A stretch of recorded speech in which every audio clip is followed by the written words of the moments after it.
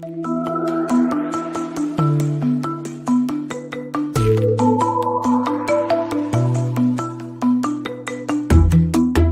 Aaron David Miller, and this is Carnegie Connects. Good morning, good afternoon, good evening, wherever you are in this world of ours. I truly hope you're safe and very sound. I'm Aaron David Miller, a senior fellow at the Carnegie Endowment for International Peace, and welcome to Carnegie Connects, a series of virtual conversations, at least for now, on issues of critical importance to America and to the world. Today, I'm pleased to welcome Ekaterina Schulmann and Carnegie's own Andrew Weiss for a discussion of Russia's war in Ukraine. Our presenters do not need any formal introductions, but I'm going to make a few anyway. Ekaterina Schulmann is a political scientist specializing in the legislative process in modern Russia, parliamentarism, and decision mechanisms in hybrid political regimes. She's the author most recently of The New Autocracy, Information, Politics, and Policy in Putin's Russia, and currently a fellow at the Robert Bosch Academy in Berlin. Andrew Weiss is the James Family Chair and Vice President for Studies at the Carnegie Endowment for International Peace, where he oversees research on Russia and Eurasia. He's the author of the just published graphic novel biography of Vladimir Putin, Accidental Tsar, The Life and Lies of Vladimir Putin, and I, shameless self-promotion on Andrew's behalf, it's truly an extraordinary book, and it's worth taking a look. Welcome to you both. I have to admit that the title for today's discussion is a bit confusing. After all, what is a forever war? Is there ever such a thing? But the hyperbole is intentional because I think it masks, at least to me, what is an all too obvious reality. That forever war or not, this conflict seems slated to go on for quite some time. And I would venture to say that not even my friend Pythia, the famed oracle at Delphi, reading the best of goat entrails, could tell us how and when it will end. 10 months in, looking at the headlines opens the door to some fairly safe, I would argue, and conservative predictions on trend lines. First, neither side has accomplished its military objectives on the battlefield, nor set into motion an inevitable momentum leading to a crushing military victory. Borrowing a phrase from the October 1973 Arab-Israeli War, neither victor nor vanquished, at least for the moment. Second, whatever thoughts we may have had about the war or the impact of sanctions undermining Putin's capacity to govern, or that would trigger serious unrest that would restrain his capacity to prosecute the war, have not materialized and may not anytime soon. The third, there remains, as we finish out 2022, zero chance, and with some experience in negotiations, I would emphasize that, zero chance for any sort of diplomatic off-ramp, largely because the key elements required to begin a negotiation, let alone to conclude one, are simply not there. We do not have two parties willing and able to negotiate. We do not have sufficient urgency, the pain or prospects of gain that might trigger a negotiation. We do not have an effective mediator. And finally, and perhaps most tellingly, I'm not sure, and Ekaterina and Andrew will correct me, that there is any sort of framework for an agreement that would satisfy the needs and requirements of both sides. Finally, NATO, the EU, and the US commitment to supporting Ukraine appears to be strong, although there are some obvious stresses. All of this argues for what our colleague, the inestimable Eugene Rumer, describes in a must-read piece on the Carnegie website. And let me quote Eugene, quote, "Putin is poised to wage his war on Ukraine and its people for as long as it takes to achieve his ultimate vision of victory. His life trajectory and record as the leader of Russia leave little doubt that this is what he intends to do," unquote. So let's begin our discussion here. Andrew, you've just published this extraordinary book, Accidental Tsar, The Life and Lies of Vladimir Putin. Is my framing off, number one? And number two, is Eugene correct, to quote him again, that Putin will either die trying to achieve his objectives or try until he dies. Wow.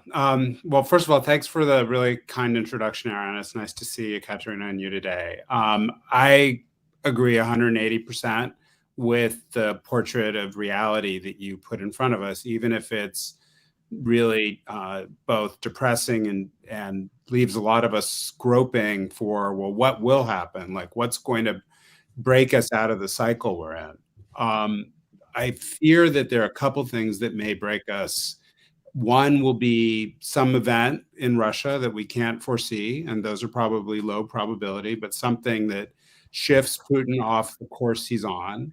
Most of those will probably have to do with the cost of the war in terms of the bloodshed, the harm that this is causing to Russia as a society, and the fact that Russia is now an international pariah. And there are very few good comparisons one can reach for that capture the way Europe now feels about Russia, and the way the United States feels about Russia. And they bring you back to these parallels to World War II. It's a clear and present danger, or the Soviet Union at its worst.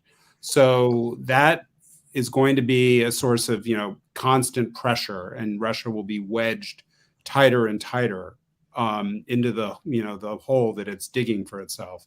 The challenge will be, can the West sustain that pressure? Because the amount of weapons and financial support Ukraine requires are immense and enormous. And we have a habit, I don't need to tell you this based on your service in different Republican and Democratic administrations, of losing focus, or something else intrudes that crowds out the priority that's been attached to dealing with this issue for the past year.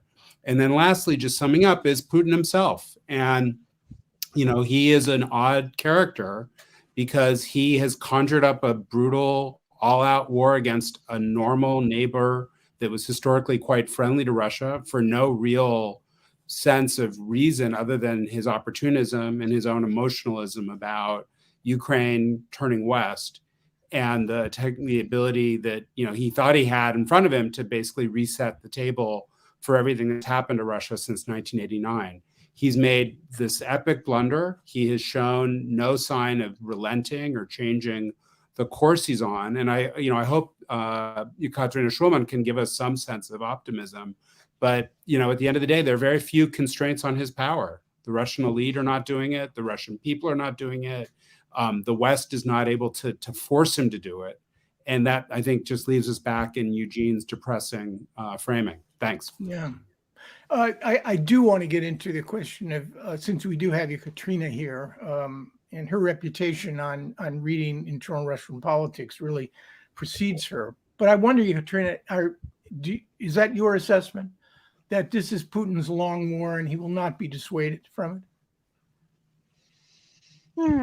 Our colleagues who are in the trade of predicting the weather, which is a much more profitable one than trying to predict political decisions, say that the most popular prediction is that the weather tomorrow will be like the one today, and it comes true in 85% of cases until the moment that it does not. Because if it came true in 100% of cases, there would have been no change of season, but it does occur rather regularly. It's more or less the same with political processes. It is already well to say about the presidential power having no constraints. It has no constraints within the limits of its own political system, but it has met with various constraints and setbacks in its contact with reality. It remains a continuing surprise to me, as to a person who's been trying to watch the workings of Russian political machine for the last 15 years, that knowing itself to be based so largely on imitation, make believe, and propaganda, it has ventured into the only sector of reality where it actually meets reality.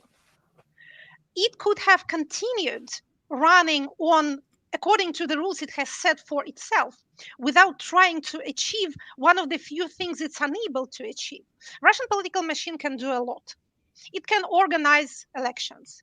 It can do big spectacular events like Olympic Games or international forums with great success. It can allow people to feed themselves and then call it economic development. But it evidently cannot win wars. And now position it has entangled itself in. The president is trying to show a good front, to adopt some sort of saving face strategy, which is the strategy of trying to pretend that nothing particular is happening. The extent to which he's trying to do it is also rather surprising. I would remind you that 2022 president's appearance before the public. There were for the last 20 years there were three such formats. I think we're. There was and president and oh, okay. So now we'll have to turn the video in the hope of making the sound better. So did you stop hearing me at some point? Yes, we do. We hear you now. You can hear us. Oh, you can hear me. What was the last thing you heard me say? It's hard to know. You were coming in and out. You were saying something about California where the weather never changes.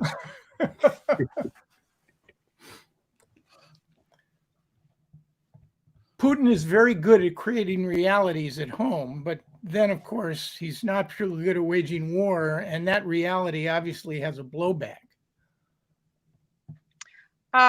Yes, that was the point. That was the point I intended to make. I also wanted to attract your attention to the fact that the customary routine of political happenings, of political calendar in Russia is being broken down. In 2022, the president has not addressed the Federal Assembly. He has not conducted his customary yearly press conference, and he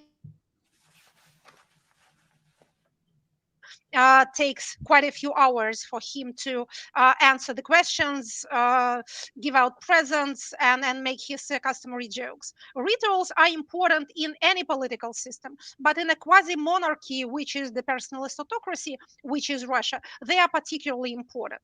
They are not events in itself, but they are signs that things are all right. And now we have all the signs that things are definitely not all right, that the system is not running as it used to be.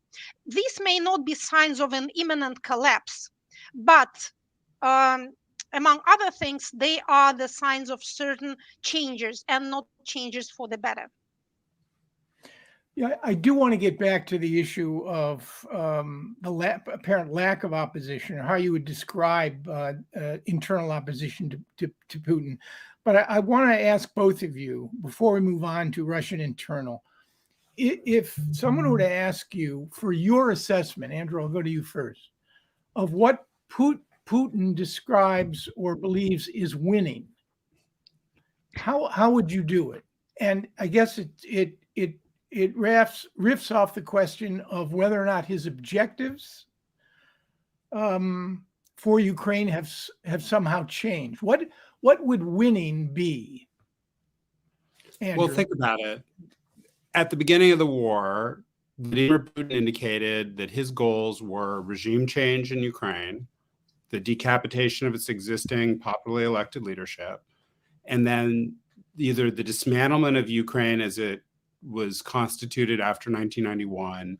So, basically everything except sort of a rump, small portion of the country would fall back into Russia's orbit or be absorbed into Russia proper. And that was normal, right? That this was a kind of might makes right universe. And Russia then went to war to accomplish those goals. And ever since, when Putin is asked, what is it you're trying to achieve? He falls back in that same universe of goals. And then he gets quite cheeky about the things Russia's doing day to day, whether it's bombing civilian infrastructure or launching other attacks, and basically says the other guy started it. I mean, it's all, that's who we're dealing with. And there's no sense. I mean, the only other thing he's put out there, which I think is completely disingenuous, is the idea that, well, if Ukraine would simply sign up to accept that Russia has won and carved up part of its country now, and held referenda that somehow magically will transfer control of 4 parts of provinces of Ukraine to Russian control, which it doesn't have effective actual control on the ground over necessarily, then we could have a ceasefire. And like if Ukraine were willing to swallow that bitter pill, Russia's willing to sit down and hold peace talks. The Ukrainians aren't buying such a proposal because it barely would give Putin time to reconstitute and regroup. Anyways, long way of saying we are in a world where Vladimir Putin has told us what he wants. He has gone to war. His troops have conducted a brutal war to achieve those objectives, and they're maximalist by design. And he's betting that we're just going to fold eventually, or not be able to keep the Ukrainians adequately supplied, or that the people of Ukraine will say, the cost of this is so onerous that we can't sustain the existing fight that we're in today. Ekaterina, just to segue into the issue again of internal opposition, or the lack of it, to Putin and Putin's war, is there anything that he could not sell to the Russian public and to the elites, or what could he sell as a series of victories? The objectives or the aims of the war have been constantly changing in internal state propaganda. First, it was denazification and demilitarization of Ukraine, but not occupation of its lands. And it was indeed, if not asserted, at least understood, that Russia wants a more friendly, pro-Russian regime in Kiev, not the current Ukrainian leadership. Then we were defending the people of Donbass, this mysterious entity, people of Donbass, kind of a nation that suddenly appeared and needed to be defended by Russia. Then we were fighting NATO and the United West. Then we were fighting devil in all its appearances, like Iblis or Antichrist. Then, and this I think is the final version, at least this is the current version, we were fighting against homosexuals and the decadent values of the West, which the West is trying to impose upon Russia. So we know, for example, from polls that news of the Russian army forces leaving Kherson were met with utmost indifference by the respondents. They were very much worried about mobilization. They were worried about prices. They paid attention to the events on the Crimean Bridge, but they cared not at all about Kherson. So it is indeed possible, with the current mood of the public being so anxious and despondent, and the main objection to the current war is that it's taking too long, again according to the polls, it is possible to sell almost anything internally. But it must also be understood that there is no such thing as support in a non-free society. So this kind of detracts a lot of meaning from the polling data, because if you ask a person's opinion, you are only interested in it as far as his or her opinions are converted into action or lack of action. If a person has no agency, then those opinions kind of lose a lot of their importance. So again, as far as I can see the public mood, the people will agree to almost anything. They will support any decision, but the majority is in favor of peace talks, or at least a ceasefire, rather than a new offensive, although there's certain support of a new offensive as well. If I could formulate the idea that is prevalent in the minds of the majority, so far as we're able to judge of it from sociological data, it would be like this. The authorities, the leadership started this war, and they need to end it. We rather want it to end, but we cannot and will not do anything about it. It's their affair. It should not actually affect us. That's why mobilization was met with such nationwide panic. because it was the thing that suddenly broke the fourth wall, as they say in the theater, making spectators into actors against their own desire. That's fascinating. So, in a way, the partial mobilization and the duration of the war has sort of broken, I guess, what you might describe as an informal sort of contract between Putin's regime and the Russian public, which goes something like, keep us in consumer goods, don't interfere in our lives, and we basically, either because we're indifferent or frankly not aware of politics, you basically can do whatever you want. Has the war broken this sort of informal contract?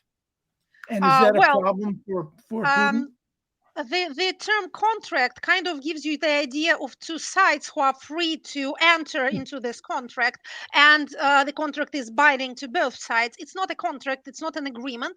It's a kind of a habitual state of things, and it has been going on for 20 plus years. It has been broken not by the war. By the way, this is why it was officially called, and continues to be officially called, a special military operation. And now this official term, this official propaganda, has caught itself in a trap, because it cannot continue this war as a special operation conducted by special people somewhere else, which only needs to be followed on TV and therefore approved. But it needs to somehow convert it into an all-national campaign, and it just doesn't happen because you cannot. I think we missed the last part of that. Ekaterina, are you there? Oh, hello. We missed the last part. The last part, starting from constraints, or starting from. Yeah, just go ahead. So yes. Okay. So you spoke about constraints. There always seem to be no constraints to authoritarian power. But here's one of the main constraints: you can sell anything to this sort of society. You can make it agree to anything, but you cannot mobilize it into action. You always have difficulties even mobilizing it to vote, to say nothing of something else.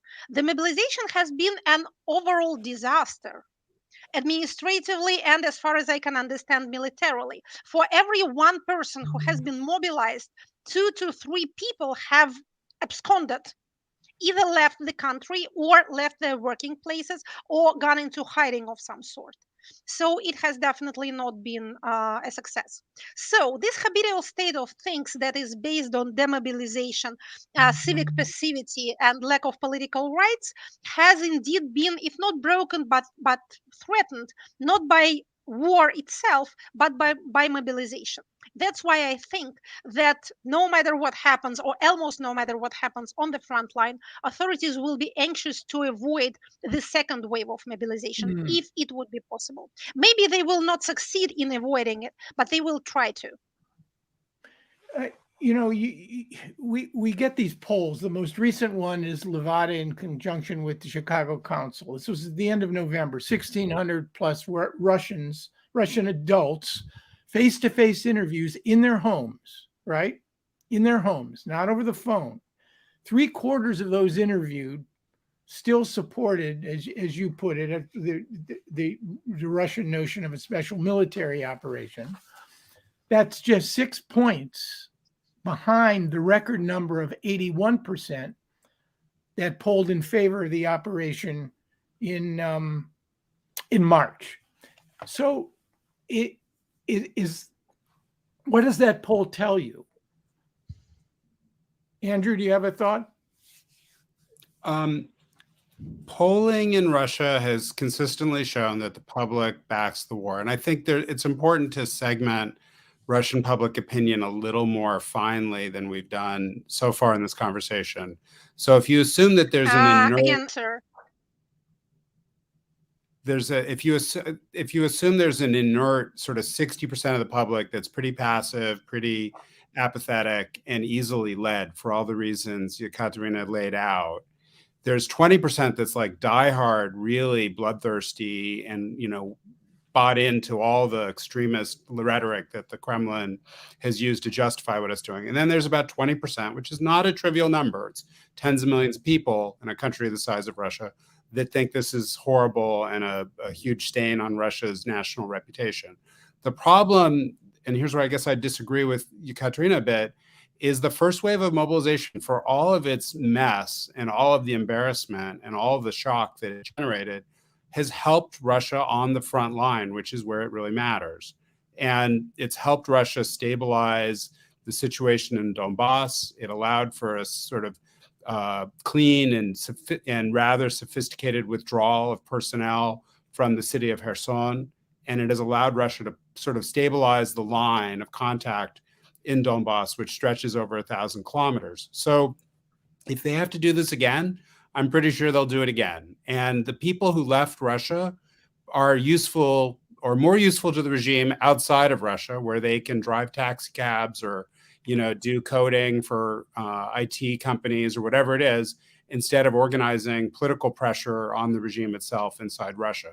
And the fact that the door to the country is still open and that they've flushed the country of its least happy and most, politically active citizens provides more of a lease on life for this regime than I'm, happy with. But I think we're fooling ourselves if we think that, this, public is going to sort of, be the limiting factor on the Putin regime, or the fact that, Putin doesn't do his annual Fidel Castro imitation at a press conference at the end of the year. Like, none of that stuff matters. What really matters is that the commander-in-chief is going to continue in this war effort, that there's not, it's not an ideal situation for him. He's definitely going to face certain constraints on the military industrial complex ability to supply the things Russian forces need. But it is not, it's not as if the plane is running out of fuel and it's just a matter of time before it crash lands somewhere, in a field. Ekaterina, do you have a thought on that? I would agree to the idea that immigration is in fact a stabilizing factor for an autocracy. Modern autocracies do this sort of thing. They never try to prevent people from leaving. They encourage them to leave. That is true enough. Although immigration on such a scale as we have seen in 2022 is taking its toll on the labor market, especially skilled labor. We are told, although we do not have the exact figure or open data, that up to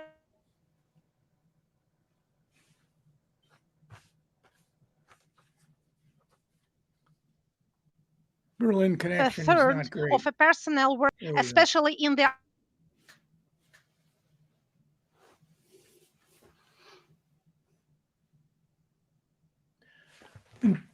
Until Ekaterina comes back, Andrew, can we talk a little bit about elite public opinion in Russia? I mean, I don't know if you saw the New York Times story last week. There was a gathering in Berlin of 300 Russian opposition activists. There's no leadership. There's no centralized political structure. That's outside of Russia. Seems to me Putin has eliminated whatever credible leadership there is inside. I mean, he killed Boris Nemtsov. Navalny's in prison. Others have left the country. Is there any elite security, intelligence, the Sloviki, anything that you could see on the horizon or even longer term that could create a significant or serious opposition? There's no public indication of anything like that. The data set is crummy. You've had a real diminution of our understanding of anything that's happening in senior levels of the Russian government because it's more of a black box than it ever was. And it was already pretty much a black box. Western correspondents have left the country for the most part. The ability for people to share their views or speak somewhat candidly or even partially honestly is gone. People are fearful. So any, but at the same time, if you asked, I'm sure if you did a poll of the Russian bureaucracy and said, do you like the status quo versus where you were on February 23rd? I think people would say they much prefer February 23rd. But there's a general sense, and this is somewhat across the population, not just within the elite, of people who are disempowered. They know they don't matter. And yeah, the economic opportunities have gone away. They know that Russia's best and brightest have left the country. They know that Putin has thrown Russia sort of, all full speed ahead toward the Middle Ages, but their votes don't count. And Putin doesn't care what they think and sees those kinds of sources of dissent as traitorous. And anyone who wants to sort of volunteer to go serve time in prison and give up the nice lifestyle, there's a pretty short pathway to do that. And most people are risk averse and don't want to do it. And then lastly, and I hate to normalize or generalize about an entire population, but there is this sentiment of my country, right or wrong. That happens in not just in Russia, but happens in other parts of the world. But then Russia has this unique extra twist, which is the national sort of, I can't really call it, sort of cultural view of avos, which basically means God will it. Someone else will take care of this for me. And that sort of, lends the individual an ability to cop out and basically not have to take responsibility. Ekaterina, have you rejoined us? We may have lost her.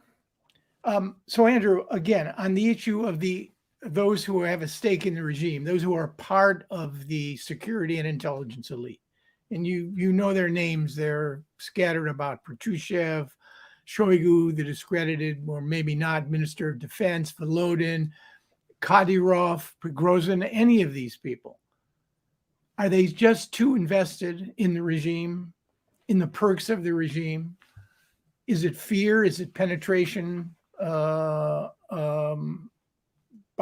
those who monitor them that prevents any sort of dissent?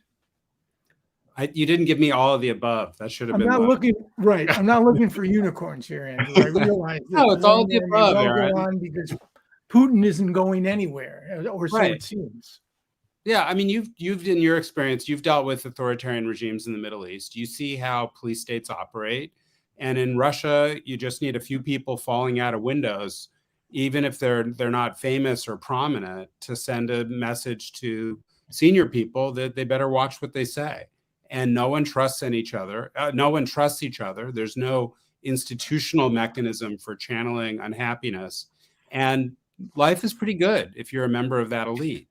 And your kids are well taken care of, you have a nice quality of life. And so the idea that you're just going to be the brave guy who organizes a small band of people to take out Putin, again, these are fantasies. This is all kind of the world of unreality. So are the hopes and aspirations that many in the West have simply that? I mean, maybe it's a quintessentially American notion. You impose incredibly heavy sanctions. Putin mobilizes Russians. That's creating problems. Russia is now a pariah nation among some, not all. You have the flight of some of the best and the brightest. Conflict drags on with no indication that it's going to end. That somehow we think, or I guess hope, that there'll be some internal development that will make this all better and produce another leader who's prepared to come to terms in Ukraine and institute reforms. I mean, this is tethered. Yeah. This is all tethered to a fantasy, in your view. The ugly reality is this is going to be decided on the battlefield. And that's why what happens every day in this miserable conflict, and I would point people to it if you haven't seen it, one of the Pentagon briefers the other day when he was musing about what's this war like, he was saying, well, there's a new Netflix production. It's a German film of the classic World War I novel, All Quiet on the Western Front. And that's what it's like, where both sides are unleashing these massive artillery barrages to the tune of tens of thousands of shells per day on any single day. And the line moves a few meters, dozens of meters forward or backwards. It's brutal and it's not highly dynamic at the moment. We've seen images of great success from the Ukrainian counteroffensive that began at the end of the summer, and that gave us hope that maybe something here might unravel. The truth is more complicated, unfortunately. And then the regime has been around for 20 years, and they have perfected a level of resilience, and they know the people they're dealing with far better than we do. I'm not doubting for a second that stuff could happen. I mean, stuff could happen in North Korea, stuff could happen in Iran. Like there are these cracks in Syria that we've all witnessed, and that, you know, authoritarian regimes don't necessarily enjoy a lot of popularity, but the ones that have great will to power and that have shown a willingness to use violence to suppress dissent tend to last longer than a lot of us want in the end. And what we have to focus on here is there's an entire country of 40 odd million people in Ukraine that are fighting every day to defeat Russia on the battlefield. And that's the name of the game here. And that's where everything really is going to be determined. Right. So, Katrina, I'm assuming Yes, that at least I Oh, had a there great you are. opportunity to listen to the discourse. Can you hear me now? Yes, we can. That's good. So your view of any elite opposition, any internal security or intelligence, military opposition to Putin, that's more or less could happen, but unlikely. Is that a fair assessment? It could not have happened quite immediately after the start of the war, because elites, by definition, enjoy the best social position that there is there. So they're always interested in preservation of the status quo rather than in its change. But now that their lifestyle is threatened, not just by the immediacy of the war, but by its continuation into foreseeable future, they are not kept happy. The habit of 20 years has been to amass riches in Russia and then to convert them into Western lifestyle for themselves and families. This lifestyle has been cut short, so now it's unreachable for most of the elites.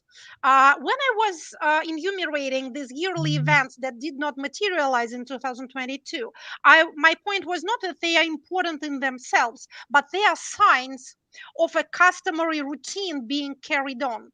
And especially the address to the Federal Assembly is the president's address to the elites. It doesn't much matter what he says. It matters that he appears before this public and he goes through the customary moves, and they're sure that things will go on as they want to be for another year. Now there is no such assurance any longer.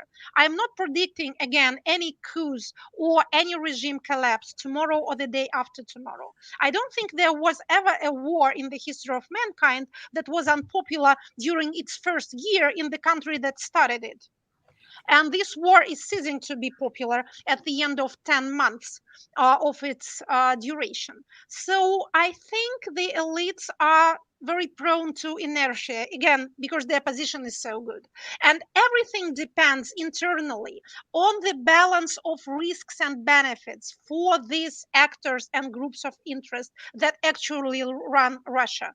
And Russia is mostly run by bureaucracy, by civic bureaucracy and by armed bureaucracy, by the Siloviki, which is not a united group, and by the economic authorities and regional authorities, which are also not a united group in any sense. So far, their idea is that the preservation, as I said, of the status quo is more advantageous to them than the risks of a change. How these perceptions will change during the course of the next months is extremely important. But I think it's worth noting that the president is not sending the signs of stability. He's not sending the messages of stability to his elites as well.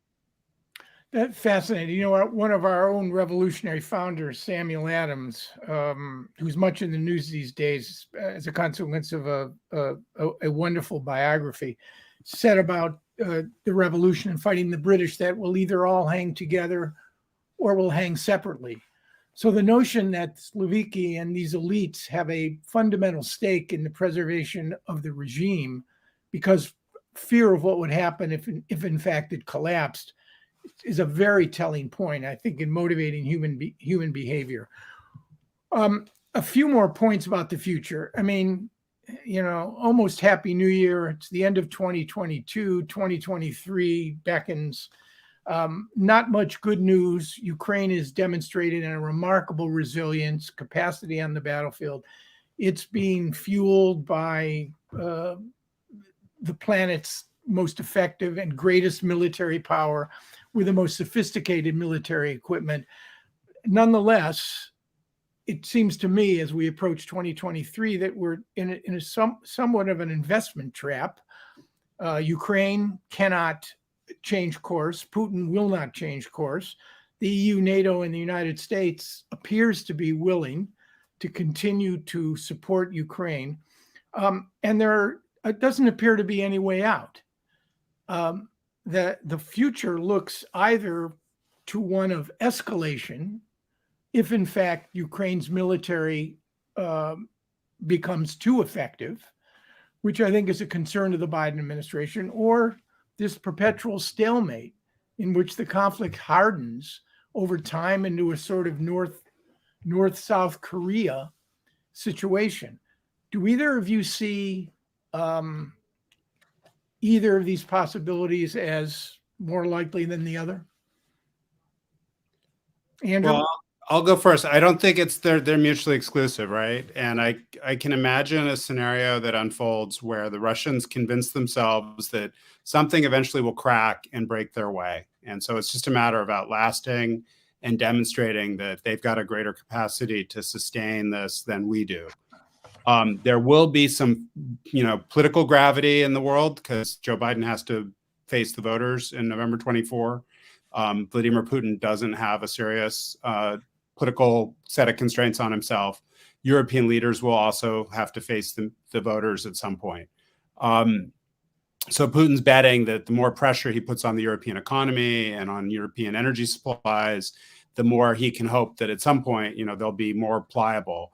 I don't think they get the last word on U.S. policy, and that, the U.S. president will be the one who sustains this coalition, and that there will be a group of frontline countries like Poland and the Baltics, the Nordics, who will stay in the fight regardless of what happens in other parts of Europe.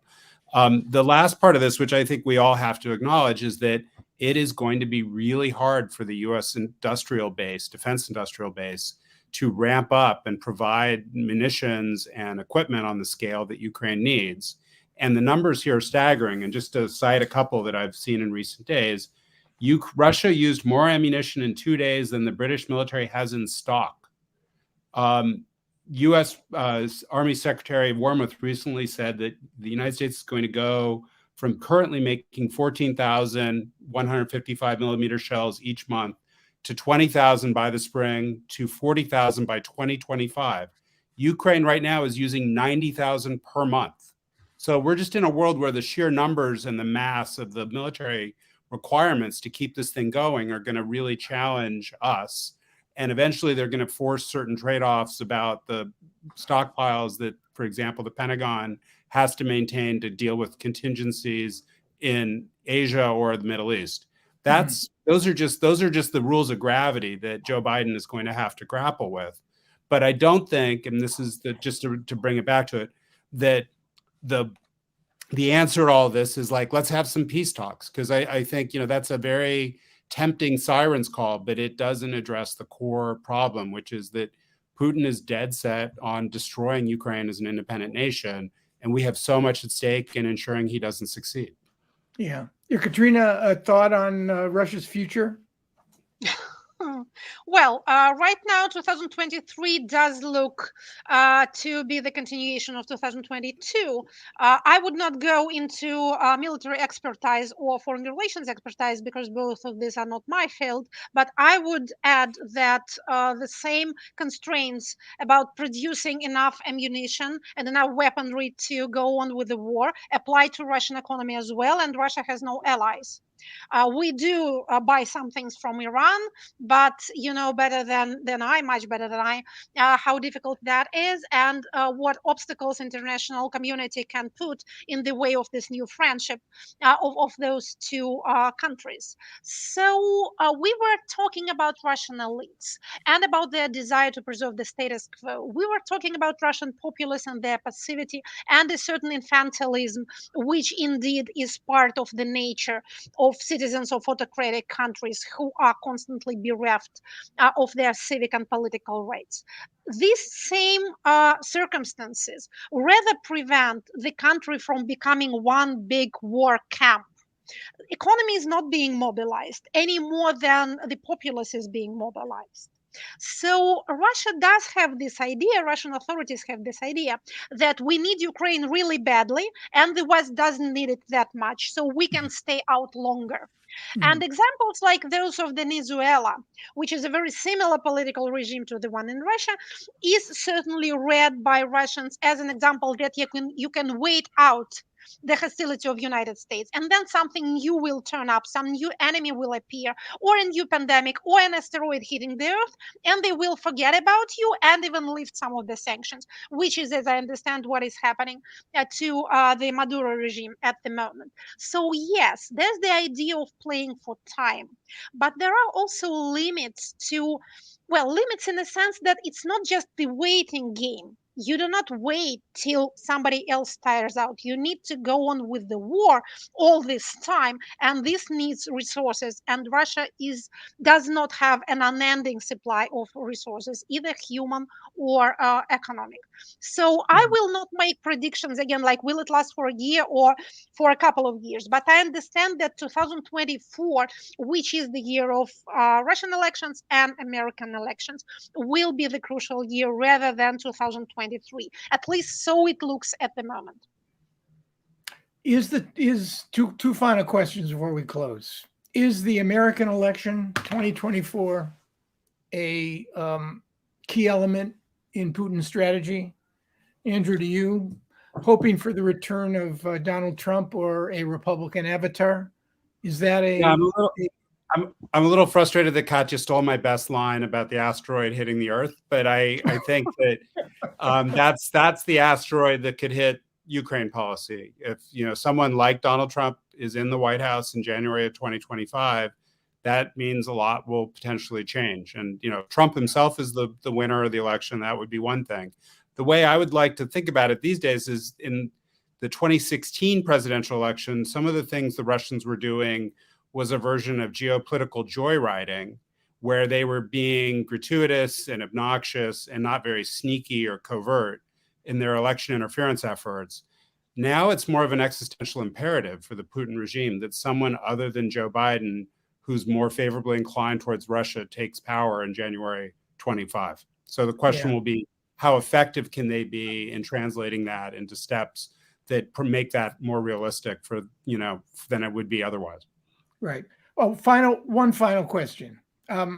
Based on your expertise, Katerina, yours in Russian internal politics, Andrew's yours in studying and analyzing Putin, is there anything? We are in Washington after all, and this is the Biden administration is here. Is there any advice that you would deign to give the administration about their current strategy?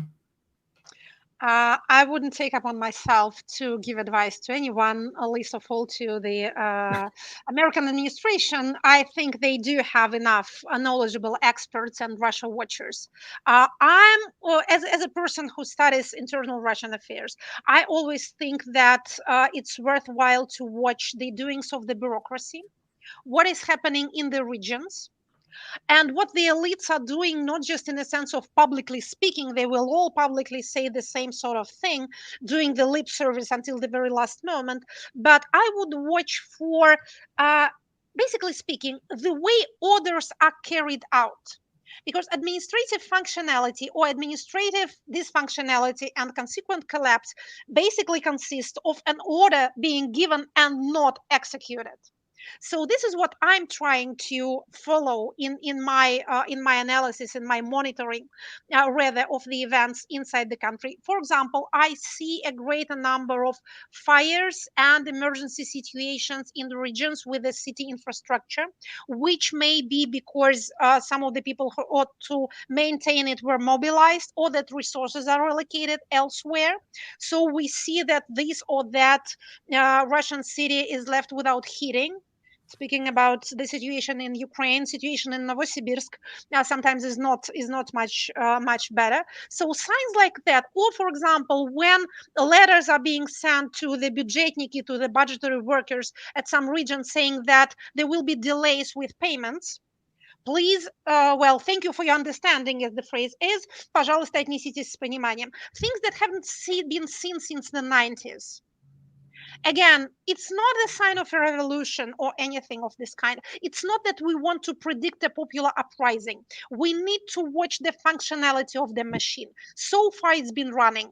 No thanks to the parts it most prided itself on, like the army or the secret services or political police, but rather thanks to financial economic authorities, to the resiliency of the business, middle and small business, and to the partly effective regional bureaucracy.